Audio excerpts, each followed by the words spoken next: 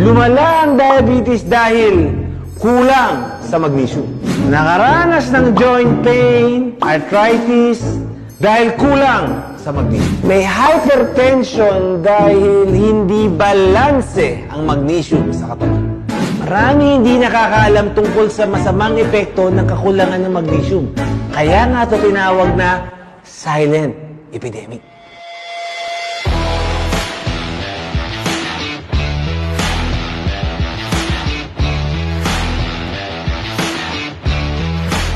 Okay, listen to this. Diba ang mga appliances tulad ng TV, ref, electric fan, laptop, or maging cellphone na to? Hindi dadaloy ang kuryente sa sistema ng mga appliances na to kung wala ang power on button or activator. Like this. See?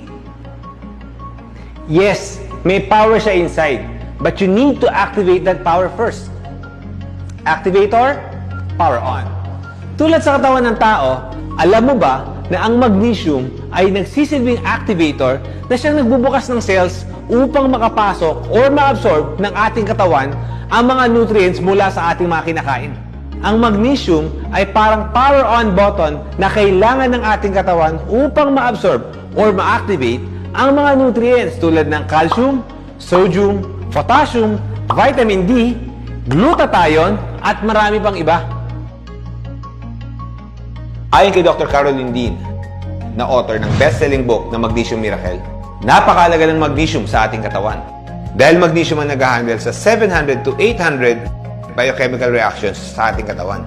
Isa dito at napakahalaga ay ang pagpuproduce ng energy or adenosine triphosphate or mas kilala sa tinatawag na ATP.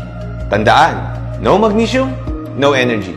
Dahil 6 out of 8 steps sa paggawa ng energy ay nangangailangan ng magnesium. Ulitin ko 6 out of 8. Kaya kung madalas ikaw ay nangihina or laging pagod, malamang kulang ka sa magnesium. Bukod dyan, magnesium din ang tumutulong sa pagpaproseso ng carbohydrates, proteins, fats. Tumutulong din ito at sumusuporta sa thyroid.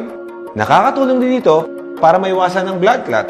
Tumutulong din ito sa pagpaproduce ng insulin at marami pang iba. Ilan lamang yan sa napakaraming impormasyon tungkol sa magnesium.